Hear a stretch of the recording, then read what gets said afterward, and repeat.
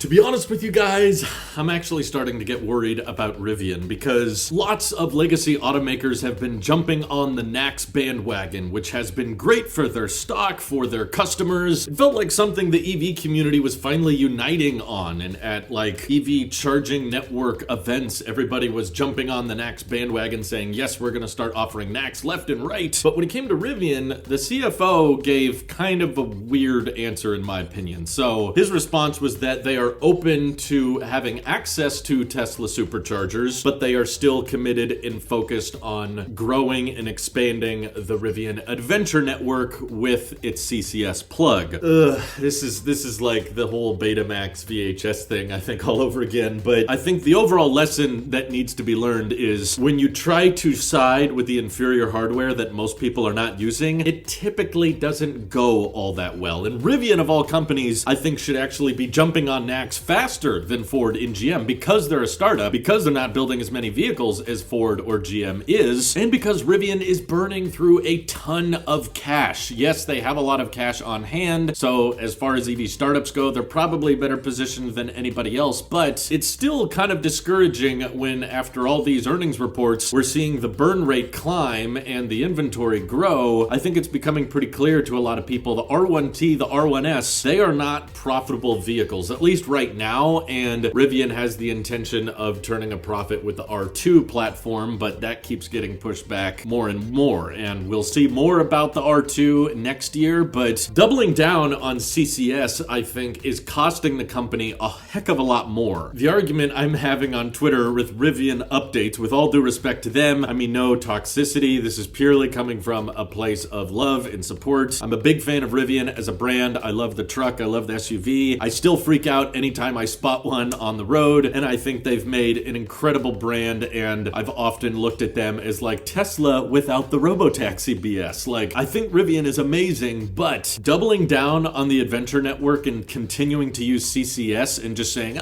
maybe we'll access superchargers with an adapter, I guess, I think is immediately gonna pull a lot of attention off of you and put more eyes on Ford with F-150 Lightning and the Silverado EV, because they know, thanks to the Ford and GM announcement already through Twitter Spaces, that those EVs are going to have access to the full 12,000 supercharger network within a matter of months. An adapter is going to be available for those vehicles at the start of 2024, which is only 6 months away. I think a lot of people are buying these EVs, particularly electric trucks, with long-term intentions for them. I don't think they're buying them just thinking about, well, you know, I'll have access to the Adventure Network for the next 6 months, that'll be great. No, they're buying these things for probably 5-6 plus years, and knowing what the long-term intention is of the company, I think helps a lot of people know whether or not it's a worthy purchase to make. And yeah, people today buying CCS vehicles are going to have to put up with an adapter, but I think by saying, even if it's in the future, like in 2025, we're going to switch to NACS, that encourages people to know that, okay, there's an existing charging infrastructure that's way bigger than Electrify America or the Adventure Network, that's way more reliable, way more consistent, and just overall better objectively. I don't think that's up for debate anymore. If they know that future iterations of that vehicle are going to have full access to all of those chargers, and they won't even need an adapter in the future, that makes the brand and the product line a lot more desirable. And unlike Ford and GM, Rivian is actually spending a lot of money on building out their own charging infrastructure, but I think that's where a lot of the fear comes from at this point, is you're spending all of this money on your own charging infrastructure, and you're blowing it all on a port that most of the industry is agreeing is the wrong one. We're not going to be using CCS1. CCS1 is dead. It was a terrible port design from the beginning, designed by a committee, not engineers. It has lower overhead than what NACS has. It's relying on a dated network, and the Adventure Network is still very, very young. It's not that big. And I think a lot of people are already picturing in their heads, okay, every time you install a Rivian Adventure Network charger, that's more liability for you in the future, because it means there's tons of EVs from Ford, from Tesla, from GM that are not going to be able to access those chargers. And right now they're exclusive because they're small, but RJ has said in the future they plan on opening those up. And if Rivian inevitably ends up switching to NACS, that means all of these Adventure Network chargers aren't going to work unless you have to get an adapter, or they're going to have to retrofit those chargers for NACS. Because I think the great thing about this movement is everybody in the EV community agreeing the future of electrification, at least in North America, should not require adapters. We should not have to carry around CCS to NACS or NACS to CCS. In the future, the grand vision that everyone wants and agrees is the best solution is to have one port and one cable at all chargers and on all EVs so that you don't have to think about it. You can just pull up and plug in and you're done. That's the future that Tesla agrees with, that Ford agrees with, that GM agrees with, and that dozens of charging network providers are getting on board with. So when Rivian says, no, we want to commit to our CCS infrastructure, you're destroying that end vision, because this really only works if everybody agrees and everybody plays. You're denying that vision. You're saying, no, I do think the future is adapters. The future is dealing with this giant bulky connector that's easily disconnectable, that's not lockable inside the car, that's worse for accessibility for people that maybe aren't as strong or don't have as able hands as others do. You're saying, no, we shouldn't have an agreed upon standard. We should just, some of us can use CCS and some of us can use NACS, and we'll just complicate all of this for everybody. I hope that's not Rivian's grand vision, and my best case scenario is that they have internally decided to use NACS and they're just trying not to Osborne their current vehicle lineup, because at this point Rivian has kind of caught up on R1T demand. They haven't caught up on R1S demand yet, but we're getting to the point now where you can order an R1T and get it within a couple weeks or days even. And Rivian's worried that if they announce they're going to switch to NACS in 2025 like GM and Ford, then everybody's going to stop wanting to buy any Rivian that has CCS. Personally, I don't think that's the case. First of all, I still think there's a lot of people in the market for a pickup truck right now, and a lot of them are not going to be willing to wait until 2025. But if they know that the truck that they're buying today is going to have access to the full supercharger network within a couple of months, that will affect today's sales positively. I don't think it will cause much Osborning, to be honest. I think it will get a lot of support from their community because there's online forums from registered Rivian owners, and the vast majority of them are all saying, yes, Rivian should get on board. Because for one, if you do announce you're switching to NACS, you can immediately stop deploying this CCS1 charging network that's going to become dated just within a year and a half. Essentially, it's not going to be very useful anymore, and people are going to have to use adapters to access that network, or even worse, you're just going to double down on CCS1 and say we're not going to switch away from it, which we know from the teardowns from Monroe & Associates that the CCS connector is more expensive. It's cheaper to implement NACS just from a part standpoint, a wiring standpoint. It's smaller, it's more portable, and there's definitely a very easy way they could integrate it into the front passenger side charge port door. That way you can still pull into all V2, V3 superchargers and plug in. The cable will reach without you occupying nearby stalls. In my opinion, it will save money on the production of the vehicle. It still supports vehicle to grid, vehicle to load. And if Rivian could slow down on deploying their adventure network, they wouldn't have to burn as much cash as they are right now. They could just rely on the supercharging network and say, oh yeah, that charging network is good enough. You notice Ford and GM, they're not building their own charging network. And I think most of their customers at this point are kind of like, yeah, you don't really need to. If you're using Tesla's network, that's going to be so plentiful, so reliable, and so easy to use, so simple, just plug and charge, that there's no need to spend all of that extra money on charging infrastructure. Which is ironic because Ford and GM are these big legacy automakers that have tons of revenue coming in from their gas vehicle business. They could probably afford to spend money on their own charging network if they wanted to, and yet they're not. Rivian is burning so much cash and delaying the R2 platform more and more. Like, they shouldn't be spending money they don't have to. And to me, every time you're deploying an adventure network with CCS1 cables, you're creating more work for yourself down the road, which we know isn't good because Rivian's already struggling with profitability, and you're further pushing that narrative that no, we shouldn't have a common connector in the future. I'm happy for you guys in Europe and Asia where your governments actually agreed on a charge port. Europe, because they rely a lot more on three-phase electricity there, it makes sense for them to use CCS2, but remember, CCS2 is not the same thing as CCS1 here in the United States, and the vast majority of EV customers in North America are already using NACS. Yes, that includes Tesla, but we also now know from Ford and GM that the vast majority of EVs on the road, not just Teslas, are also going to be accommodating for NACS. So every day that Rivian doesn't commit to it and say, yes, we will also switch, I think they are pushing back that grand vision of just having a single port for everything, and they're making more work for themselves, because if you keep using CCS1, you got to rely on Electrify America, which sucks, which is unreliable. Week after week after week, we keep getting more data from Rate Your Charge on how unreliable and experienced Electrify America is. And frankly, I've seen from a lot of Rivian owners online that that has been a deal breaker for them. So I understand there's some people out there thinking, oh, don't announce NACS because that will affect present day sales. I'm telling you, using CCS1 today is affecting present day sales. That's why a lot of people bought their truck and tried to plug in and the charger overheated or stopped working, or they checked the app and it didn't work properly. That horrible experience, because Rivian has told us a lot of their customers are first-time EV buyers. You spend $80,000, $90,000 on a truck and then the first time you plug it in, it doesn't even charge, or the truck gets bricked and needs to be towed away. That can permanently cause damage to the EV transition and make people sell the truck, not want one again, post negative reviews about it, and then go back to driving a gas vehicle. RJ in interviews has admitted that's a terrible experience and they don't want that to happen. So their solution in years prior has been, okay, we're going to build out our own charging network. That's a great theory, that's a great idea, but it's not cheap, and there's no way you're going to build more adventure network chargers than there are superchargers. It's just physically not possible. Even if you had all the money in the world, the paperwork, the permits you need to build out an infrastructure, you just can't do it. And Tesla isn't slowing down in North America. In fact, they're speeding up. They're deploying tons of V3 superchargers left and right, and hopefully, yes, V4 superchargers will make it easier for non-Teslas to charge, but they haven't deployed any yet in the United States, which is why, more so than Ford and GM, I think Rivian really needs to switch to NACS if it's possible sooner than 2025. Like, honestly, tomorrow would be ideal, as long as Tesla provides a way to have some kind of plug-in charge or way to activate through the app, which I'm sure is coming because they've said that adapter will be available early 2024. And then Rivian wouldn't have to blow all of this money on their own adventure network charger. Like, if they were a legacy automaker with a ton of money to pull from and a ton of existing revenue and the security that even if Ford and GM go bankrupt, they're probably going to get bailed out by the government anyway, then okay, I could get behind them building out their own network. But when they're in startup mode and they're burning like over $1 billion a quarter, and the R1T and R1S as they ramp up are not really getting more profitable, you should not be spending money on dated equipment, a dated infrastructure that we all know we're going to switch away from anyway. Maybe their plan is to say that the R2 platform is going to support NACS, but still, that doesn't really excuse the stupid spending, in my opinion, of trying to grow an adventure network with CCS1. If anything, growing an adventure network with NACS and accommodating for NACS on your vehicle as soon as possible would be ideal, because I just get the feeling all of these adventure network chargers with CCS1, they're all going to have to be pulled out or retrofitted because NACS is the future, not CCS1. But am I wrong? Am I getting this totally off? Just before you all act like I'm some kind of Tesla fanboy or I'm anti-Rivian, I did a video years ago that got a lot of negative attention simply because I was defending Rivian and them stealing a lot of code and stealing a lot of trade secrets from Tesla to incorporate in their vehicles. And I took Rivian's side when almost no one else was. Even though I understood that it was immoral, I didn't think it made sense for Tesla to be fighting it because I thought, okay, we're all on the same page here. We're all for electrification. But this is an argument where I cannot take Rivian's side. CCS1 needs to die, and the further you keep deploying charging networks with it, the further you're pushing that narrative that the charging future for EVs needs to be complicated, it needs to have adapters, and it needs to be annoying, which I'm not in favor of. The sooner we get everybody on board with this is the future, this is where we're headed, I think the better for everyone. So what do you guys think? Feel free to let me know down in the comments below, and thank you to everybody supporting this channel directly. Seriously, helps us out a ton, as does just watching these videos. So thanks again. Have an excellent rest of your day.